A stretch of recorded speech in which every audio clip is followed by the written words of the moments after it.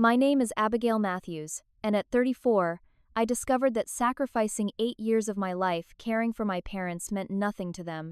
The envelope fell from my father's desk drawer as I was looking for stamps, their secret while leaving everything to my younger sister Kimberly, who hadn't visited in years. The irony? I had just emptied my savings account to buy them a brand new Honda CR-V for their anniversary. As I stood in their study holding both the car keys and their betrayal in my hands, I made a decision that would change our family forever. I still remember how my hands trembled as I stood there in their study. If you've ever had that moment when your entire world shifts beneath your feet, you know exactly what I felt. Before I tell you what happened next, I'd love to know where you're watching from today. Drop your location in the comments, and if you've ever dealt with family betrayal, hit that like button. The hardest lessons sometimes come from the people who are supposed to love us most, and I promise, what happened next in my family will shock you as much as it shocked me. Growing up in our modest Connecticut colonial home, I'd always been the responsible daughter. My parents, Michael and Sarah Matthews, were hard-working middle-class people who'd saved carefully their entire lives. Dad worked as an accountant for a local manufacturing company, and Mom taught 3rd grade at the elementary school until her retirement. Our home wasn't fancy, but it was filled with family photos, comfortable furniture, and decades of memories. My sister Kimberly is 3 years younger than me, and from the time she could walk, she commanded attention. With her natural charm and artistic flair, she dazzled everyone while I was the steady, reliable one. Our parents always said how proud they were of having one daughter with her head in the clouds and one with her feet on the ground. It sounded like a compliment, but as the years passed, I realized the family's admiration was directed toward the clouds. When Kimberly announced she was moving to California to pursue fashion design right after college, my parents were concerned but supportive. "Follow your dreams," they told her. When I landed a marketing position with a promising startup in Boston, they nodded approvingly and said, "That's a sensible choice, Abigail." The pattern was clear but felt normal to me. I was the practical one. That was my role. Everything changed when Dad had his heart attack 8 years ago. I was 26, finally hitting my stride professionally, and had recently gotten engaged to Jason, my boyfriend of 3 years. The phone call came at 2 a.m. Mom hysterical, Dad in the ICU, and Kimberly unreachable somewhere in Los Angeles. I drove through the night to reach the hospital. "The next few months will be critical," the doctor explained.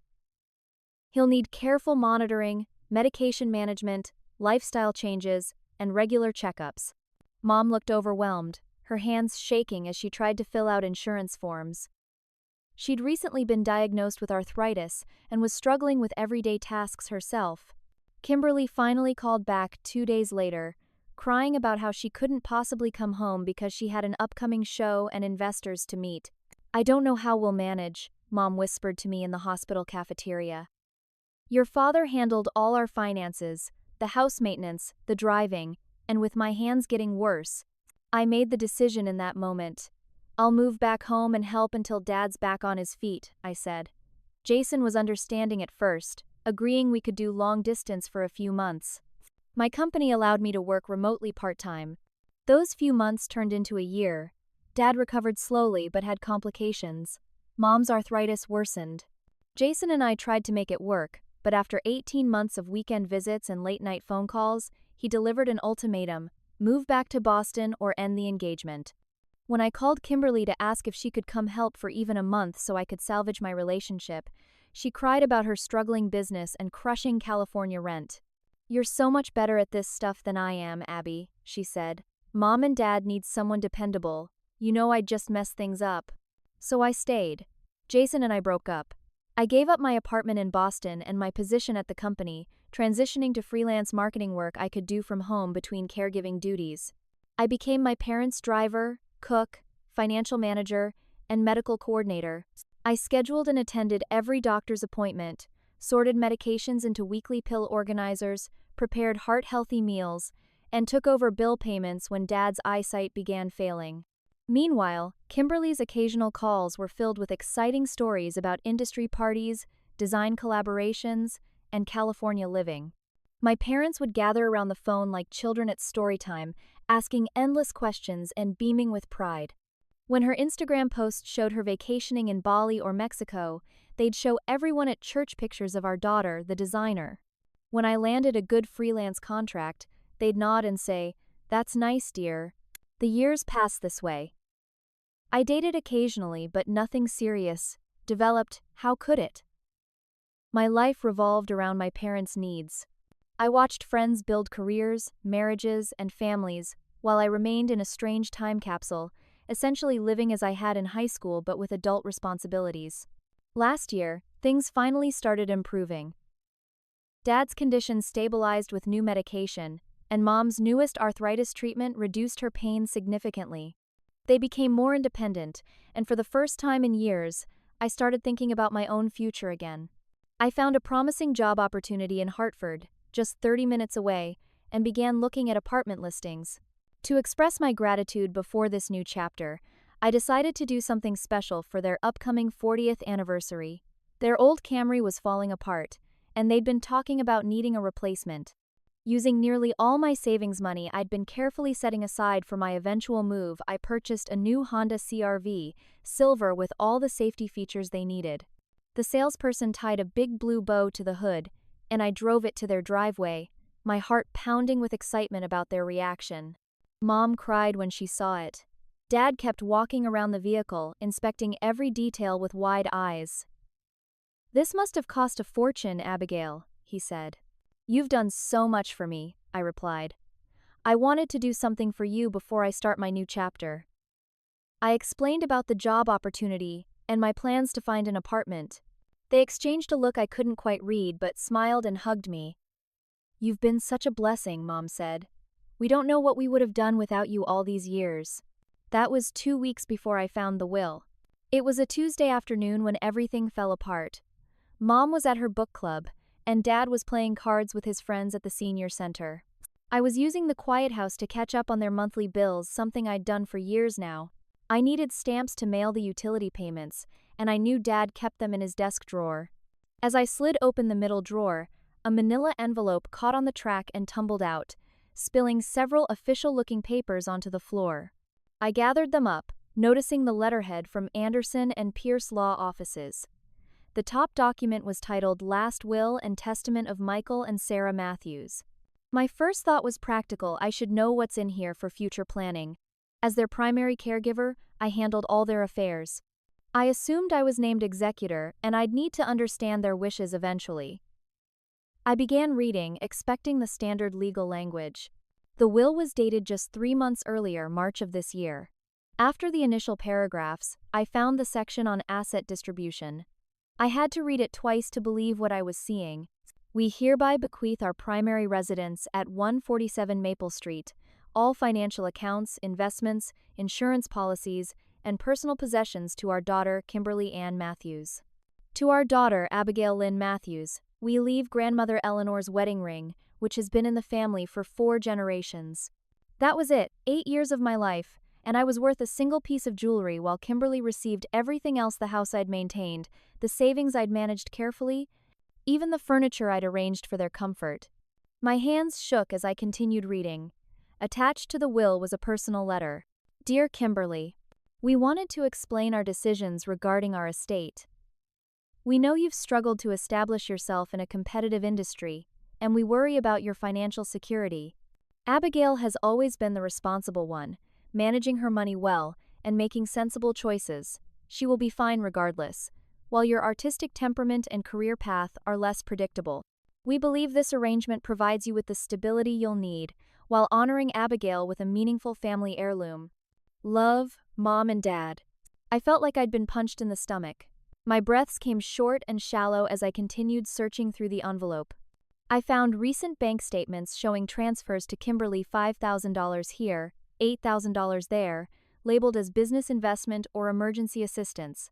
Over the past year alone, while I'd been saving for their car and my apartment, they'd sent Kimberly over $30,000.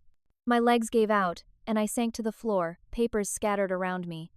The magnitude of the betrayal crushed my chest.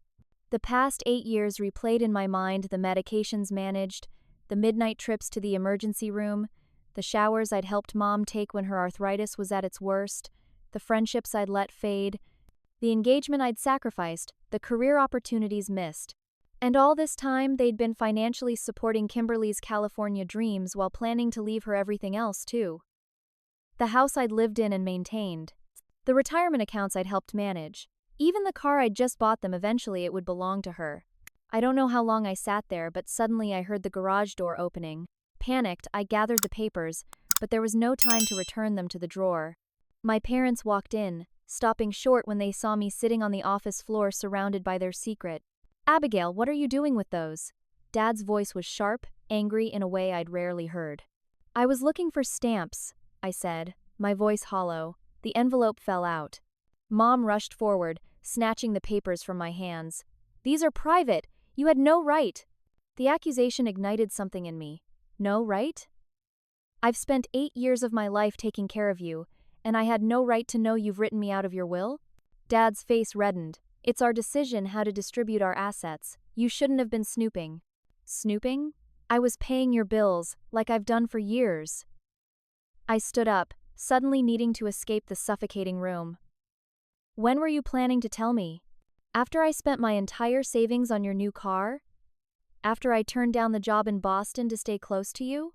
Mom started crying, her go-to response whenever confronted. "You don't understand. Kimberly needs—" "Stop."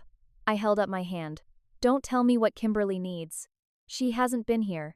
She hasn't helped. She hasn't sacrificed anything." "That's not fair," Dad said, his voice rising. "She has her own life, her own struggles. And I don't?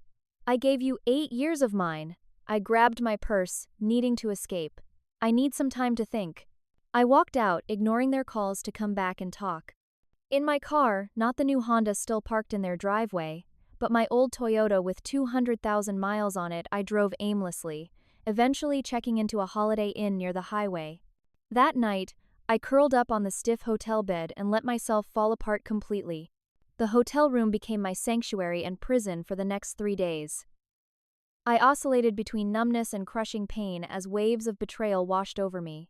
The first night, I barely slept, my mind replaying years of moments that now appeared in a completely different light.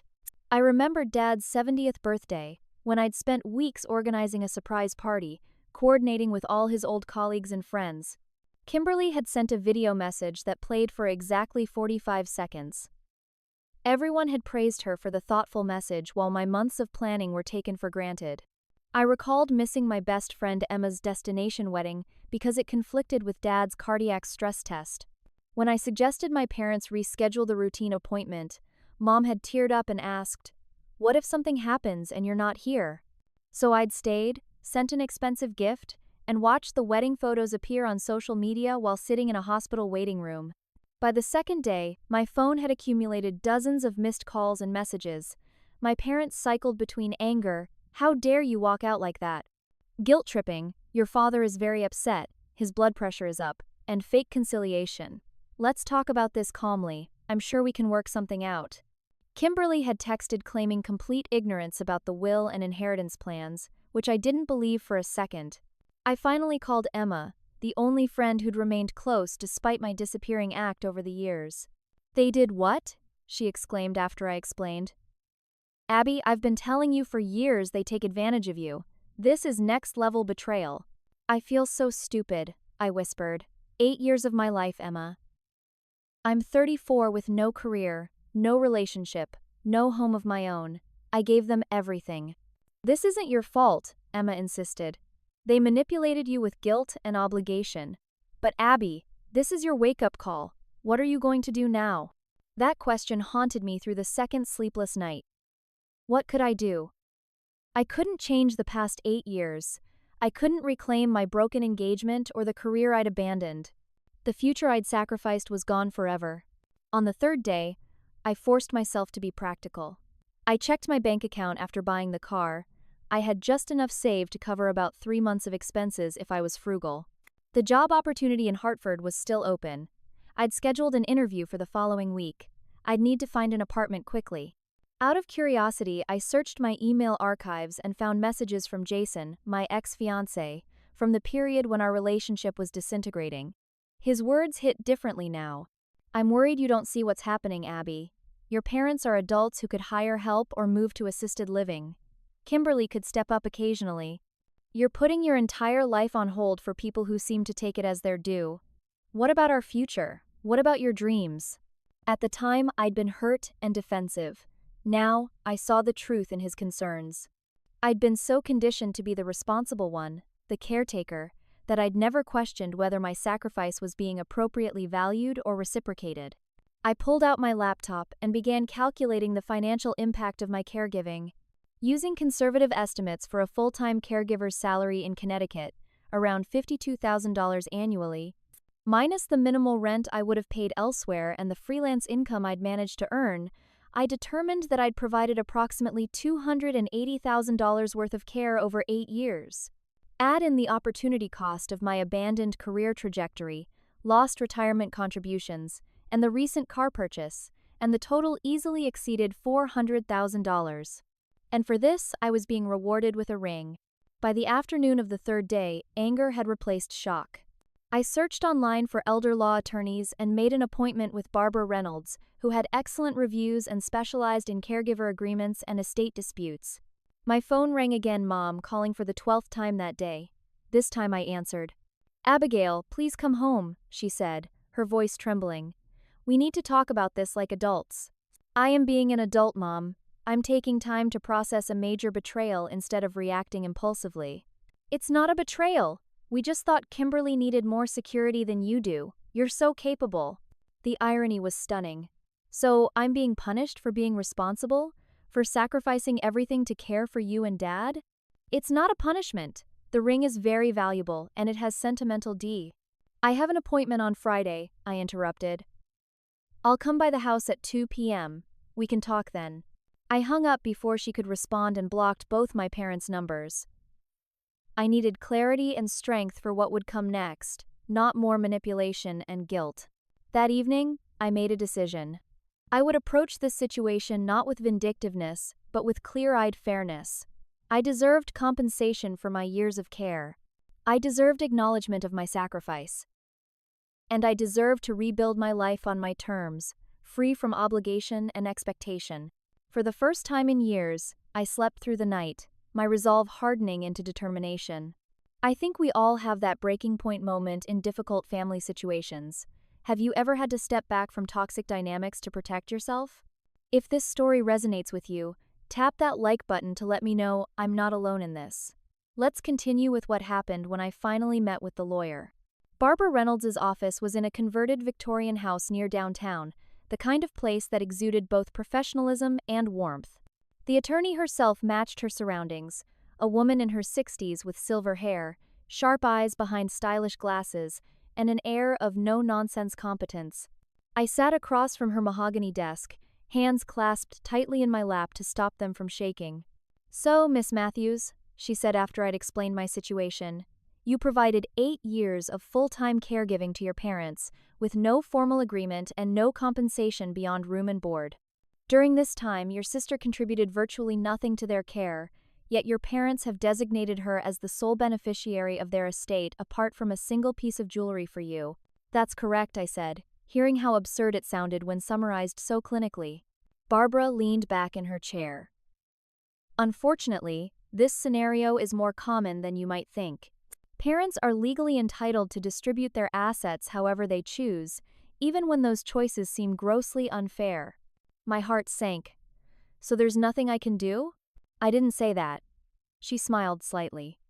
"While the will itself is likely valid, there are several angles we could pursue. First, we can document the value of the care you provided.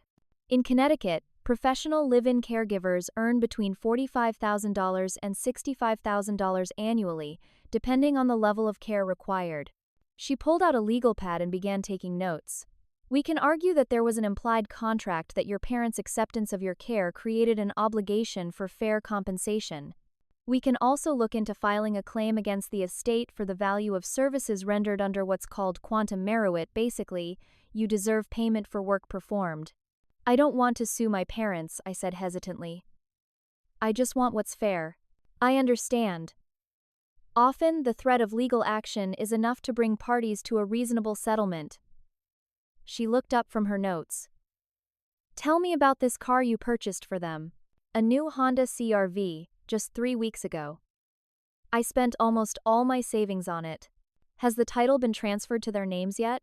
No, it's still in my name. We haven't had time to visit the DMV. Barbara nodded, looking pleased. Good. That vehicle is legally your property then. I suggest you keep it that way for now. It gives you leverage. For the next hour, Barbara outlined potential strategies. She explained that while challenging the will itself would be difficult, seeking compensation for caregiving services was much more straightforward, especially with proper documentation. Gather evidence of your contributions, she advised. Medical appointments you coordinated, financial matters you handled, home maintenance you arranged. Also document any promises they might have made about taking care of you or including you in their estate plans. They never made explicit promises, I admitted. It was just assumed. They always said how grateful they were, how they didn't know what they'd do without me. Those statements matter, Barbara assured me. Now, regarding immediate steps, I recommend sending a formal letter outlining your position before filing any legal claims.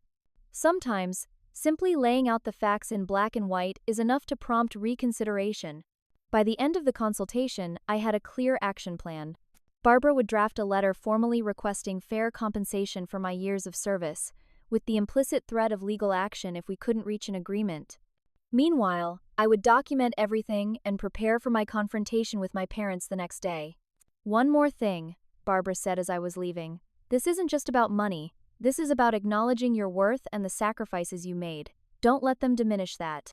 Driving back to the hotel, I felt a strange mix of anxiety and empowerment.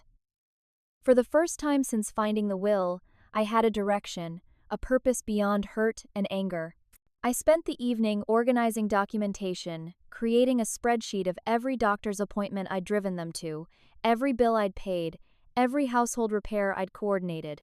By midnight, the sheer volume of my contributions over 8 years was staggering even to me.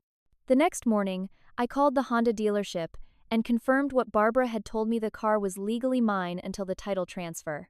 I then contacted a local elder care service and arranged for a consultation for my parents, knowing I couldn't continue as their primary caregiver regardless of how our conversation went. As 2 p.m. approached, I drove to my parents' house, my home for the past 8 years, yet suddenly feeling foreign. The Honda was still in the driveway where I'd left it days ago.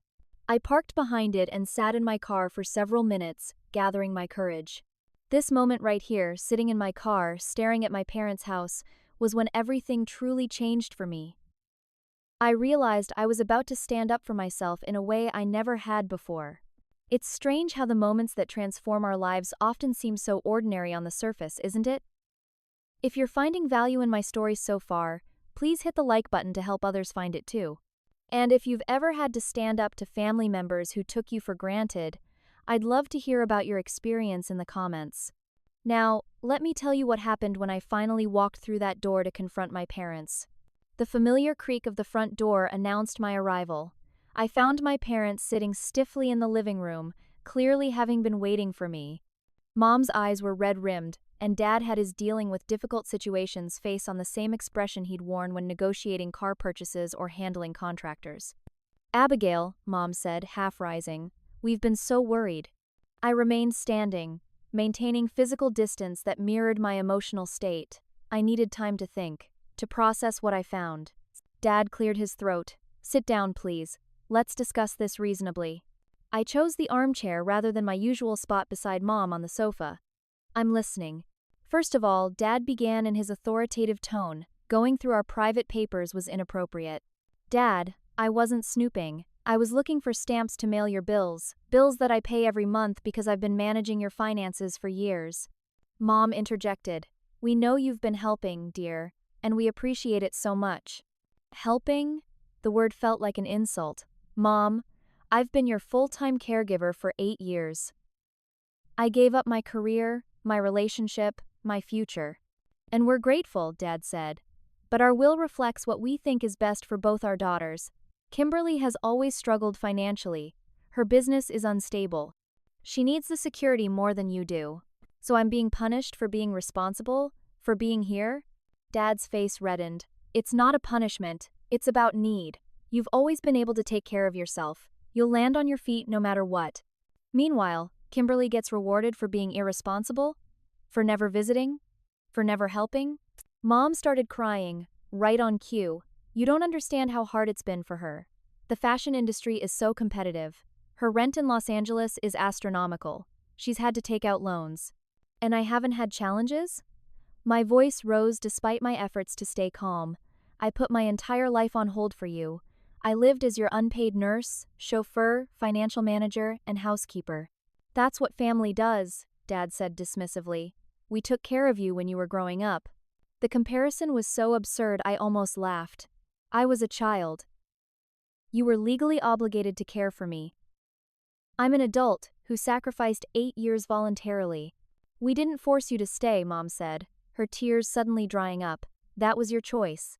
The statement hit me like a slap. My choice? When Dad was in the hospital and you couldn't even fill out the insurance forms? When you called me crying because you couldn't manage his medications? When you said you didn't know how you'd survive without my help? A tense silence filled the room. We always planned to leave the house to Kimberly, Dad finally admitted. Even before your help, we promised her years ago. While letting me believe what? That my sacrifices would be acknowledged? Valued? The ring is very valuable, Mom insisted. It's been appraised at nearly $15,000. I provided care worth hundreds of thousands of dollars, I said quietly. Professional caregivers earn over $50,000 a year in Connecticut. Dad scoffed. You're putting a price tag on family care? That's cold, Abigail. No, what's cold is sending Kimberly thousands of dollars for her business investments while I was emptying my savings account to buy you a car. I pulled out my phone and showed them the spreadsheet I'd created. Here's a record of every doctor's appointment I drove you to, every bill I paid, every home repair I arranged, every meal I cooked. They both looked uncomfortable as I scrolled through the extensive list. And here's what a professional caregiver would have cost you. I showed them the calculation. Barbara had helped me refine $280,000 for basic care, not including additional services like financial management. Mom looked genuinely shocked. We never thought of it that way. Clearly. I put my phone away. I spoke with an attorney yesterday. Dad's expression darkened. You're threatening to sue your own parents? I'm informing you that I expect fair compensation for the services I provided. Services you would have had to pay someone else for if I hadn't been here. This is ridiculous, Dad sputtered. We gave you a place to live, food, utilities, worth maybe $15,000 a year.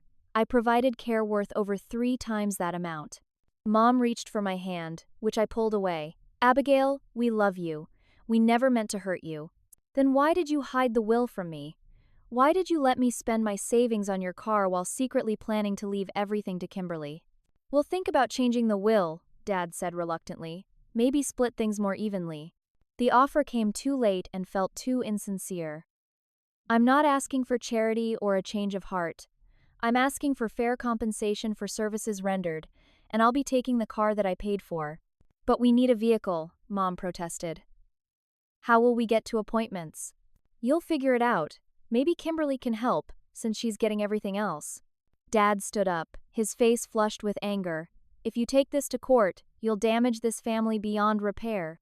I looked at him sadly. The damage was done when you decided my 8 years of care was worth nothing more than a ring. As I left, I took the car keys from the hook by the door, both sets, including the spare.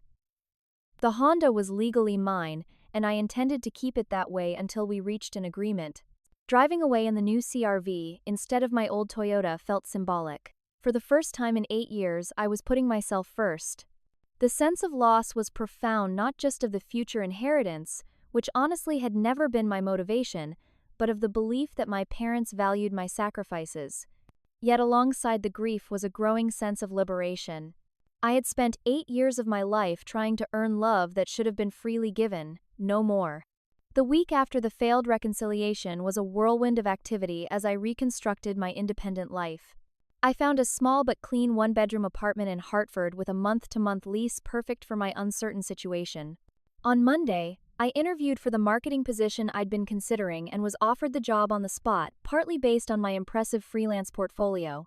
We can't believe someone with your talent has been working freelance for so long, the hiring manager said. Their loss is our gain. With a steady income secured, I returned to my parents' house on Tuesday while they were at their regular bridge game to collect my belongings. It felt strange packing up my life from the bedroom I'd grown up in, now filled with adult possessions. I worked quickly, taking only what was undeniably mine: clothes, personal items, my computer equipment, and mementos from before my caregiving years. I left behind anything that could possibly cause dispute. As I packed the last box into the Honda, Mrs. Rodriguez from next door came over. She'd been my parents' neighbor for 30 years and had watched me grow up. "Abigail, are you moving out?" she asked, concern in her eyes. "Yes, Mrs. R., it's time for me to start my own life." Her expression softened. "It's about time, dear. 8 years is a long sacrifice for someone your age. You understand that?" I was surprised by her perception. "Of course. I've watched you care for them all these years while your sister visits once in a blue moon. I always wondered when you'd break free." She patted my arm. "They'll manage. People always do." Her words were unexpectedly comforting validation from someone who had witnessed my daily reality. Back at my new apartment, I focused on establishing my independence. Barbara had sent over the formal letter requesting compensation for caregiving services, which I reviewed and approved. It was professionally worded but clear in its implications. We preferred to settle this matter privately, but were prepared for legal action if necessary. The letter was delivered by courier on Wednesday morning. By Wednesday afternoon, the response began. First came the barrage of calls from my parents, which went to voicemail as their numbers remained blocked. Then came texts from extended family members, an aunt, 2 cousins, even my father's brother in Florida, all expressing shock at my abandonment and greed. The family grapevine had been busy, and it was clear which version of events was being circulated. My phone rang with Kimberly's number on Thursday evening. After a moment's hesitation, I answered. "What the actual hell, Abby?" she began without preamble. "You're suing Mom and Dad? After everything they've done for you?" "Hello to you too, Kim. I see you've gotten their version of events. They're beside themselves. Dad's blood pressure is through the roof, and Mom can barely function. They let you live rent-free for 8 years? And this is how you repay them?" I took a deep breath. Did they mention that I was their full-time caregiver during those 8 years? That I gave up my career and relationship to take care of them while you built your life in California? They didn't force you to stay. The echo of my mother's words wasn't lost on me. No, they just manipulated me with guilt every time I mentioned leaving. Meanwhile, they've been sending you thousands of dollars for your business investments and secretly planning to leave you everything in their will. There was a pause. The will is their decision, Abby. It's not my fault they trust me more with their assets. The statement was so outrageous I laughed. Trust you more? I've managed their finances for years while you couldn't even be bothered to call regularly. Did you encourage them to cut me out, Kim? Was this your idea? Her hesitation told me everything. They were concerned you might feel entitled after living there so long. I just supported their decision to protect their assets. Protect them from whom? The daughter who sacrificed everything to care for them? While receiving money from them yourself? My anger was ice cold now. You know what, Kim? I don't even want their house or their money. I just want fair compensation for years of care I provided that you didn't. They can't afford to pay you hundreds of thousands of dollars. They're retired, for God's sake. They can afford to send you money regularly. They can afford a new estate plan. They can make arrangements like any other family in this situation. I paused. And just so you know, I've taken the car I paid for. It's still in my name. They need that car, Kimberly shrieked. How are they supposed to get around? The same way they would have if I hadn't bought it for them. Figure it out, Kim. You're getting everything else, surely you can handle this one thing. I hung up as she was still protesting. Minutes later, I received a text from her. You've changed, Abby. You used to care about family. I typed back. I still do. I just finally realized I'm part of that family too. Throughout this whirlwind week, unexpected support emerged. Emma drove down from Boston to help me settle into my apartment, bringing housewarming gifts and much-needed perspective. I'm so proud of you for standing up for yourself, she said as we assembled furniture. This is long overdue. 3 of my regular freelance clients, hearing I was now available for more work, immediately offered additional projects to supplement my new job's income. My new boss was understanding about my situation, even offering flexible hours during my first month so I could handle legal matters. Most surprisingly, Jason, my ex-fiancé, reached out after hearing about my situation through mutual friends.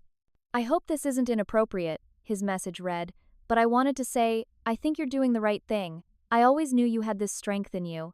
We arranged to meet for coffee the following week, strictly as friends but with the unspoken possibility of something more in the future. The connection felt like a bridge to the life I'd almost had, now potentially within reach again. On Friday, a formal letter arrived from my parents' newly hired attorney, dismissing my claims and threatening counteraction for theft of property regarding the car. Barbara assured me their position was weak, given that the vehicle was legally registered in my name. This is just posturing, she explained. They're hoping to scare you into backing down. Stay the course.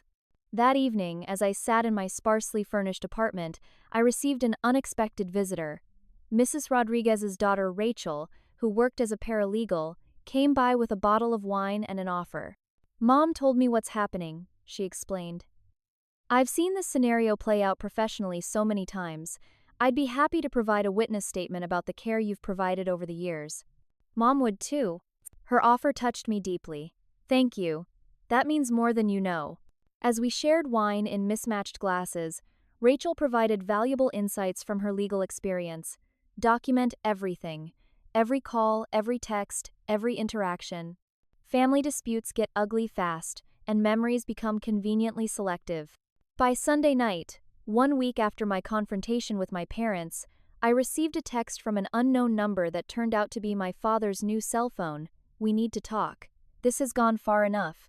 I stared at the message for a long time before responding. I agree. Have your lawyer contact mine to arrange mediation.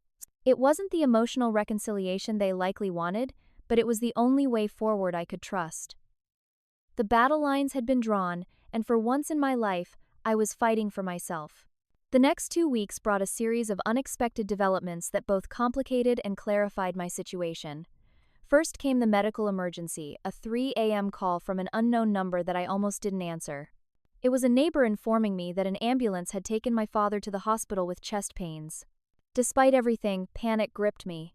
I called the hospital immediately but was told they could only share information with immediate family in person. I threw on clothes and drove to Hartford Hospital, my mind racing through worst-case scenarios. At the emergency department, I found Dad looking pale but stable, hooked up to monitors. Mom sat beside him, her eyes widening when she saw me. "Abigail, you came." Her surprise hurt more than any angry words could have. "Of course I came. What happened?" The doctor explained it wasn't another heart attack, but an episode of angina triggered by stress. The unspoken implication hung in the air our conflict had potentially contributed to his condition. He needs to avoid stress and take his medications exactly as prescribed, the doctor emphasized. Is there someone who can help manage his care at home? Before I could respond, Mom jumped in. We've hired someone. She starts next week. I nodded, relief mixing with an odd sense of displacement. For years, managing such situations had been my role. Now I was an outsider. After the doctor left, an uncomfortable silence fell over the room. "You didn't need to come," Dad finally said, his pride still intact despite the hospital gown and IV line. "I wanted to make sure you were okay." I hesitated. "Do you need anything?" "We're managing," Mom said stiffly. "Kimberly sent us money for a car service until we can buy another vehicle." The mention of Kimberly sending money rather than actual help wasn't lost on me. "That's good. When is she coming to visit?" Mom shifted uncomfortably. "She's very busy with a new collection." "But she calls every day now." I nodded, unsurprised. "The caregiver you've hired, are they experienced with cardiac patients?" "She's from an agency. Very professional." Dad's tone suggested the topic was closed. I didn't push further. "I'm glad you're getting help. I should go." Mom followed me to the hallway. "The lawyer said we shouldn't talk to you directly anymore." "I know." Mine said the same thing. Her eyes filled with tears. "Is this really what you want, Abigail? Legal battles in hospitals at 3 a.m.? "No, Mom. What I wanted was appreciation for 8 years of my life. What I wanted was fairness." I softened my tone. "I don't want Dad back in the hospital either. Please make sure he takes his medication properly. The blue pill needs to be taken with food, and the white one can't be within 2 hours of his calcium supplement." She blinked, surprised by my detailed knowledge that had been part of my daily life for years. I'll remember that." 3 days later, I learned from Mrs. Rodriguez that the hired caregiver had quit after less than 2 weeks. Your father can be rather difficult, she explained delicately. He didn't like someone new telling him what to do. This development didn't surprise me. Dad had always been stubborn about his care, often only accepting direction from me after lengthy negotiations. What did surprise me was the call I received that evening from Reverend Phillips, my parents' pastor for the past 20 years. Abigail, I hope you don't mind me reaching out, he began. Your parents have been coming to counseling with me. They've shared their perspective on the situation, and I wondered if you might be willing to share yours. Cautiously, I agreed to meet him for coffee. Reverend Phillips had known our family for decades and had always struck me as fair-minded. When we met at a local cafe, his approach was refreshingly balanced. I'm not here to judge or take sides, he assured me. But having known your family for so long, I've observed patterns that might be relevant. He described noticing years ago how my parents relied heavily on me while speaking most proudly of Kimberly. There's often a dynamic in families where the child who needs more attention gets it, while the self-sufficient one is left to manage alone. It's not right, but it's common. His validation of my experience was deeply affirming. More surprising were his next words. Several church members have approached me, concerned about how your parents are portraying the situation, Mrs.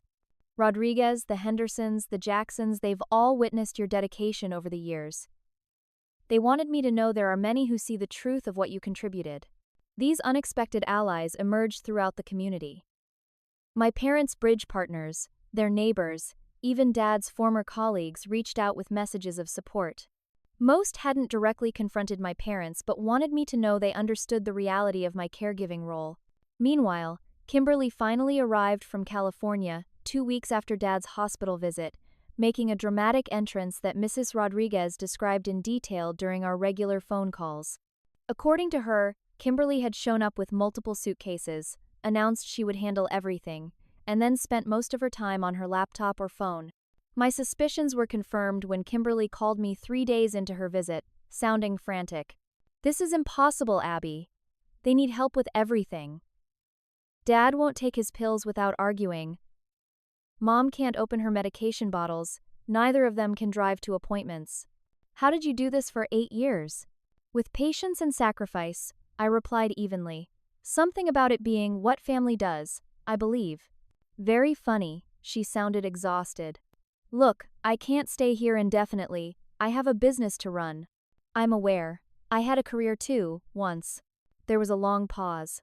I need to know something honestly. Did you really spend all your savings on that car? Yes, nearly $32,000. Another pause. And they were really planning to leave me everything? Even knowing what you'd sacrificed? Yes, there's a letter explaining their reasoning if you haven't seen it. Apparently, your artistic temperament requires more financial security than my responsible nature. Jesus, she whispered. That's messed up, even for them. It was the first acknowledgement from her that perhaps the situation wasn't as black and white as our parents had portrayed. Can we talk? She asked. In person, I mean. There are things you should know. We met at a neutral location, a park halfway between my apartment and our parents' house. Kimberly looked different from her Instagram photos, tired, with dark circles under her eyes, and her designer clothes slightly rumpled. I've been lying about the business, she confessed without preamble.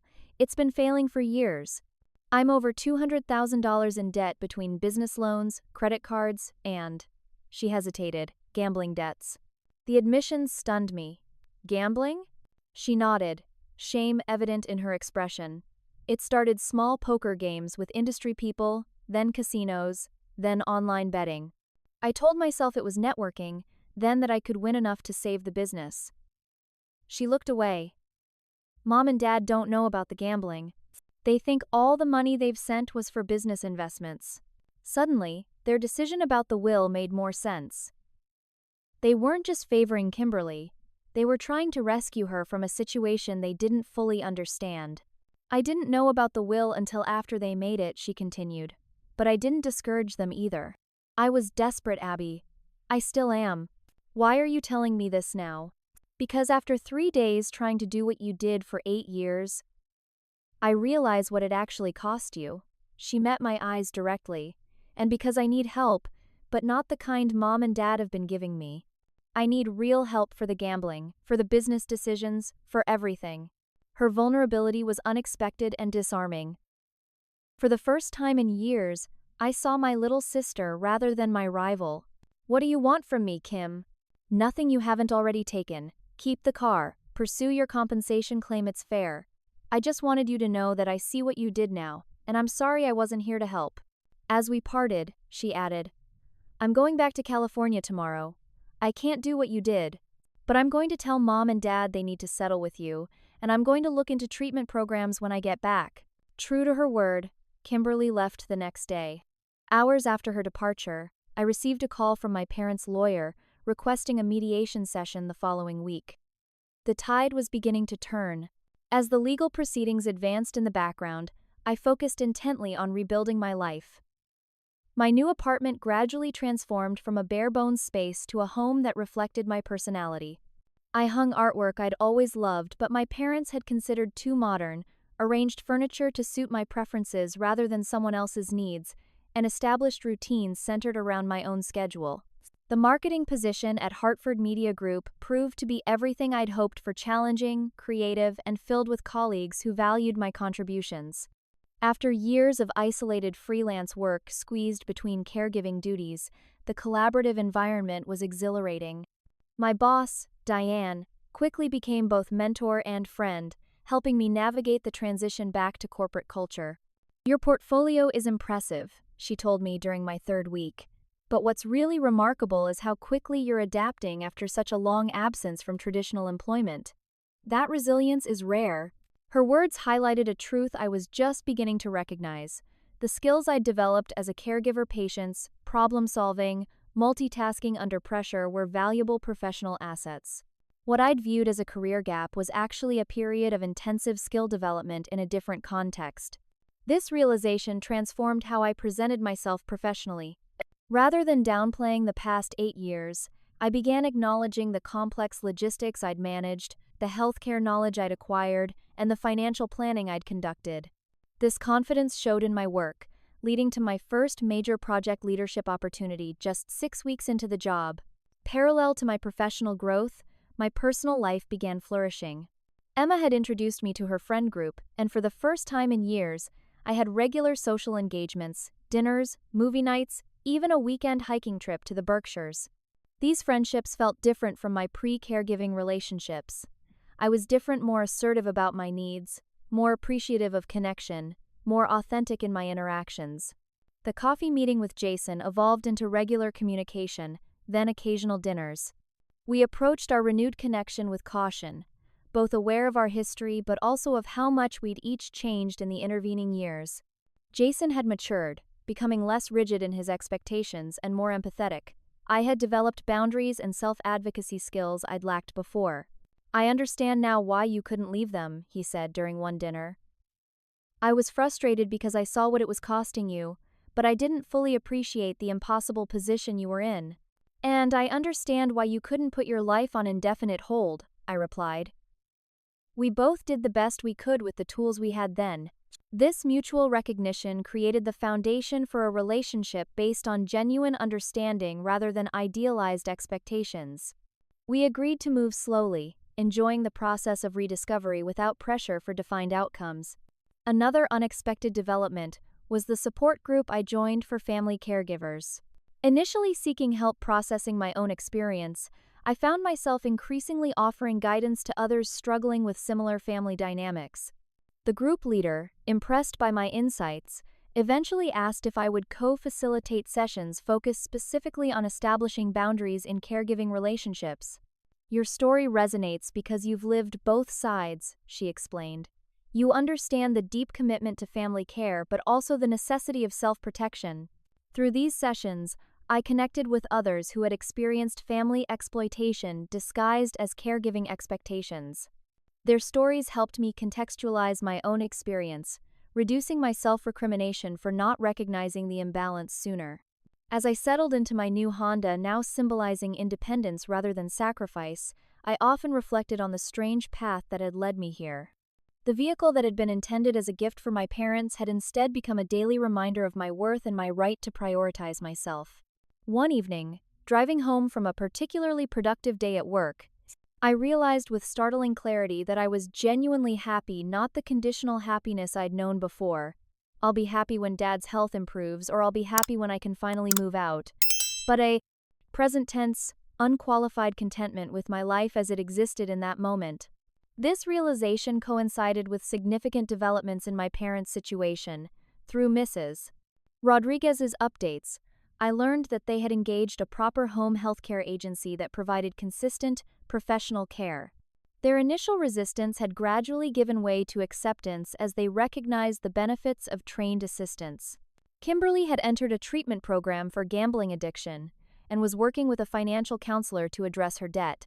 She called me weekly with progress updates, our conversations awkward but increasingly genuine. We were rebuilding our relationship on more honest terms, acknowledging both our shared history and our very different paths. Meanwhile, Barbara continued negotiating with my parents' lawyer. Their initial rejection of my compensation claim had softened into grudging acknowledgement, though we remained far apart on the specifics. Barbara advised patience, explaining that their gradual concessions suggested internal recognition of my position's merit. They're coming to terms with reality, she said. The question is whether they can overcome their pride enough to reach a fair settlement. As the mediation date approached, I experienced increasing anxiety alongside my growing confidence. The prospect of facing my parents across a conference table, with lawyers and a mediator between us, felt simultaneously necessary and heartbreaking. Despite everything, they were still my parents, and part of me mourned the relationship we might have had if honesty and mutual respect had been possible. The night before the scheduled mediation, I received an unexpected call from Reverend Phillips. "I've been counseling your parents intensively," he said. "I believe they've had some significant breakthroughs in understanding their patterns of behavior, particularly regarding you and your sister." "That's good to hear," I replied cautiously. "They've authorized me to tell you that they're prepared to enter tomorrow's mediation with an open mind and heart. They've recognized slowly and painfully the imbalance in how they've treated their daughters." "I appreciate you telling me this," I said, uncertain how much hope to invest in this development. "I can't promise perfect resolution," he continued, "but I wanted you to know they're approaching this as more than just a legal obligation. They're beginning to see it as a moral one as well." That night, I slept surprisingly well. Perhaps because after months of turmoil, I was finally confident in my position regardless of the outcome. The compensation would help secure my future, but the true victory had already been won. I had reclaimed my life and my self-worth. As I prepared for the mediation the next morning, choosing a professional outfit and reviewing my documentation one last time, I felt ready to face whatever came next, not as the dutiful daughter desperate for approval, but as a woman who understood her value and would accept nothing less than the respect she deserved. The mediation took place in a sterile conference room at a downtown law office. Barbara and I arrived first, arranging our documentation on one side of a long mahogany table. When my parents entered with their attorney, the sight of them hit me harder than I'd anticipated. Dad looked thinner, Mom more fragile. They hesitated when they saw me, uncertainty replacing their usual confidence. Kimberly arrived moments later, a surprise, as I hadn't known she would attend. She nodded to me, then took a seat beside our parents, creating an unmistakable visual. Them versus me. The mediator, a retired judge named Eleanor Simmons, began by establishing ground rules. "We're here to find a fair resolution that acknowledges the contributions and needs of all parties. This isn't about winning or losing, but about reaching an agreement everyone can live with." My parents' lawyer presented their position, first acknowledging my caregiving role but disputing the financial value I'd assigned to it. My clients provided housing, food, utilities, and other support during this period. Miss Matthews maintained her freelance career throughout. They believe fair compensation would account for these factors.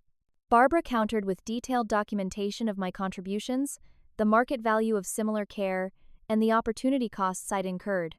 My client sacrificed 8 years of prime career-building time, retirement savings, and personal development. The value of her services far exceeded the room and board she received. As the lawyers exchanged technical arguments, I watched my parents. Mom kept her eyes down, occasionally dabbing at tears. Dad maintained his stoic facade, but his hands trembled slightly, a sign of stress I recognized from years of monitoring his health. After an hour of legal wrangling, Judge Simmons suggested a break. As we stood to stretch, Kimberly approached me. "Can we talk privately?" she asked. We stepped into a small side office, closing the door behind us. "This isn't working," she said bluntly. "The lawyers are just making everyone more defensive." "What do you suggest?" "Honest conversation. All four of us, without the attorneys present, just family." I hesitated. "A lot of damage has been done, Kim. I'm not sure." "Please, Abby," she interrupted. "Dad's health is deteriorating again from the stress. They've finally realized how badly they've handled this. Let's try." After discussing it with Barbara, who reluctantly agreed while insisting on documenting any agreements reached, we reconvened in the conference room. Judge Simmons stayed as a neutral facilitator while the lawyers waited outside. An uncomfortable silence settled over us until Dad finally spoke, his voice lacking its usual authoritative tone. "Abigail," he began, then cleared his throat. "I've been doing a lot of thinking, and praying, and talking with Reverend Phillips." He looked at me directly. I was wrong. The simple admission, something I'd never heard from my father, left me momentarily speechless. "We both were," Mom added. "We took advantage of your responsible nature. We leaned on you because it was easier than figuring out alternatives. And while you were sacrificing everything," Dad continued, "we kept supporting Kimberly's dreams, never questioning her needs the way we questioned yours." Kimberly shifted uncomfortably. "I encouraged it," she admitted. "When they mentioned changing the will, I didn't discourage them. I knew it was unfair, but I was desperate." She looked at me. "I'm in treatment now, for the gambling, and working with a financial counselor." "We didn't know about the gambling," Mom said quietly. "We thought the business was just struggling." "I know," Kimberly replied. "I lied to everyone." Dad turned back to me. "The point is, we failed you, Abigail. Not just with the will, but with years of taking your sacrifice for granted, treating it as expected rather than the extraordinary gift it was." Their acknowledgement touched something deep within me, the wounded part that had needed this validation for so long, but I remained cautious. "I appreciate hearing that. But recognition isn't enough. This isn't just about feelings, it's about tangible impact on my life and future." "We understand," Dad nodded. "We've discussed it extensively and have a proposal." Their offer surprised me with its comprehensiveness. A fair financial settlement for my caregiving services, revision of the will to divide assets equally, continuation of professional home health care, with costs shared between all of us, and a structured monthly family meeting to ensure transparent communication moving forward. "We can't undo the past 8 years, Mom said tearfully, but we want to make amends and build a healthier relationship going forward." Judge Simmons helped us formalize the agreement, calling the attorneys back in to draft the necessary documents.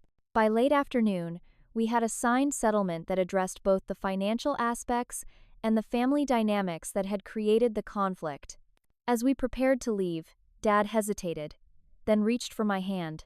"The car was always meant to be yours. You bought it. You should keep it." "I intend to," I replied, but without the anger that would have colored those words months earlier. 6 months later, on a crisp autumn Sunday, I pulled into my parents' driveway in that same Honda. So much had changed since the day I discovered the will.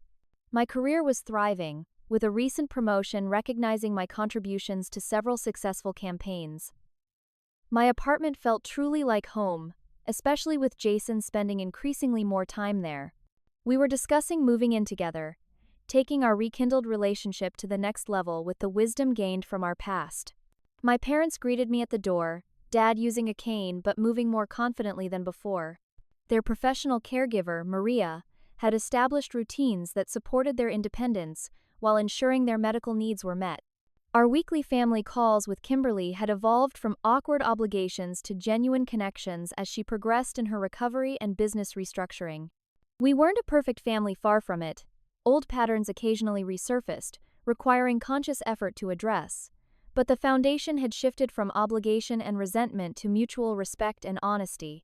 We were learning to love each other as we were, not as we wished each other to be. As we sat down to Sunday dinner, a tradition reclaimed but transformed, I reflected on the strange journey that had brought us here. The discovery of that will had been both devastating and liberating, forcing painful truths into the open but ultimately creating space for healing that might otherwise never have occurred. I had lost 8 years focused exclusively on my parents' needs, but I had gained something precious in return, the knowledge that I could stand up for myself, build a life I loved, and still maintain family connections on healthier terms. The inheritance that truly mattered wasn't the house or savings or possessions, but the hard-won wisdom about boundaries, self-worth, and the courage to demand respect. To new beginnings, Dad offered as a toast, raising his glass. We clinked glasses, the simple gesture acknowledging both what had been lost and what had been found. Some wounds would always remain, but they no longer defined our relationships or my sense of self. The car keys in my pocket, once a symbol of betrayal, now represented something different, the unexpected way that standing up for myself had ultimately freed us all. I've shared my story because I know so many people face similar family dynamics, where love and obligation become dangerously entangled. If my experience has resonated with you in any way, I'd be grateful if you'd leave a comment sharing your thoughts or experiences. What boundaries have you had to set with family members? How did you find the courage to stand up for your worth? Every like, share, and subscribe helps this story reach others who might need to hear that they're not alone in these complicated family situations. Thank you for listening to my journey, and remember, sometimes the hardest but most important person to fight for is yourself.